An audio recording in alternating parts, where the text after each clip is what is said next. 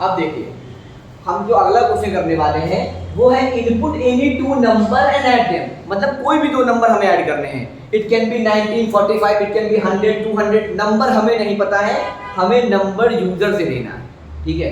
तो जब हमको नंबर नहीं पता होते तो हम लगाते हैं import java util dot star. Import मतलब होता है मंगाना, कहां से मंगा रहे हैं, जावा से। क्यों मंगा रहे हैं, इनपुट आउटपुट के लिए।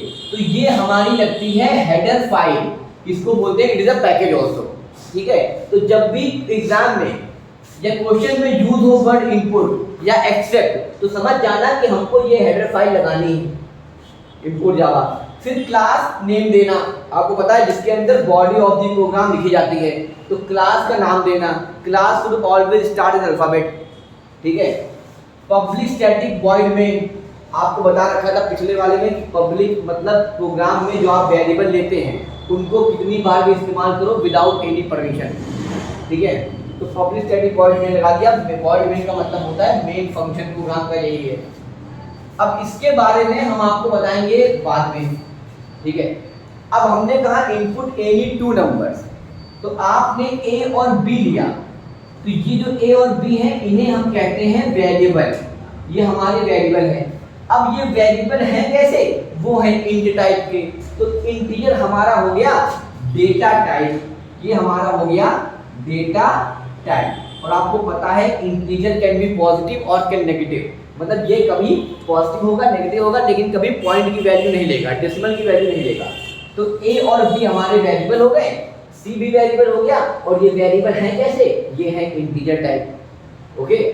System dot out dot print, double quotes में लिखा है हमने enter value of A and B, inverted comma में लिखी गई चीज मैसेज होती है। इसको अगर मैं एक्सप्लेन करना चाहूँ आपको तो आप ध्यान सुनिएगा। सपोज आपने ए में लिखा 5, तो 5 कहाँ चला गया, ए में।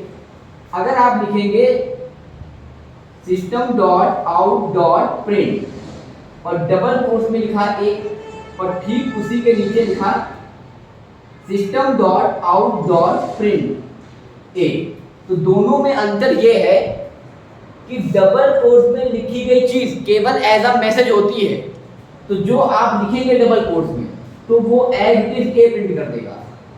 वहीं पे आप system dot out dot print A लिख रहे हैं तो जो ए की वैल्यू होगी वो प्रिंट होगी। तो इस वाले केस में ए प्रिंट हुआ, इस वाले केस में 5 प्रिंट हुआ। तो हमने लिखा है system dot out dot print enter value of A and B. तो वो आप जब कंप्यूटर प्रोग्राम टाइप करेंगे, जब रन करेंगे तो पहले आपसे पूछेगा वो कि enter value of A and B, आप ए बी की वैल्यू डालिए, हमें डालनी है, ठीक है। तो ए के अंदर वैल्यू आएगी कैसे, तो वो वैल्यू आएगी इस लाइन से, ये जो हमने लिखा है a is equals to sc dot next. अब ये sc कहाँ से आया, sc आया यहाँ से, ठीक है। तो ये जो लाइन होती है मतलब sc is an object, sc object होता है सिस्टम में इनपुट करने के लिए। तो जब आप लिखेंगे sc डॉट नेक्स्ट तो sc से ये लाइन एक्टिवेट हो जाती है जिससे वो सिस्टम में आपसे इनपुट करने को कहता है। तो sc डॉट नेक्स्ट मतलब a में एक नई वैल्यू डालिए। अब आप अपनी मनचाही वैल्यू a में डाल सकते हैं।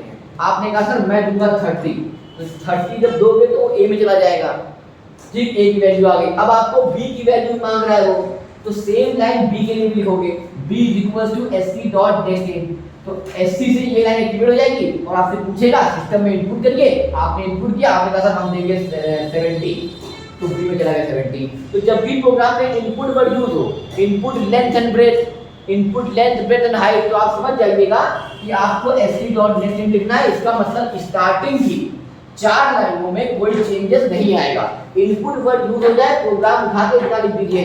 इतना लिखने के बाद आप पता करिए कि आपको वैल्यू किसकी मांगनी थी। क्वेश्चन में लिखा था इनपुट एनी टू नंबर, तो हमने ए बी को इंट बना दिया, एक डबल कोट्स में दे दिया मैसेज कि enter the value of A and B, और जब enter the value of A and B कर दिया तो a is equals to sc dot next लिखने से वैल्यू इसमें आएगी और इसमें आएगी। अब a प्लस b हुआ तो 30 प्लस 70 c में आ चुका है आपका 100। आपने कहा system dot out dot print c, तो 100 आपकी स्क्रीन पे प्रिंट हो जाएगा। अब याद रखिएगा यहाँ डबल कोट नहीं लगाए, अगर डबल कोट लगा दिए होते तो c प्रिंट होता, पर डबल कोट लगाया नहीं तो c की वैल्यू 100 आएगी, ठीक है। तो आंसर जरा, ये हमने पब्लिक बंद किया, ये हमने क्लास कंडीशन बंद किया।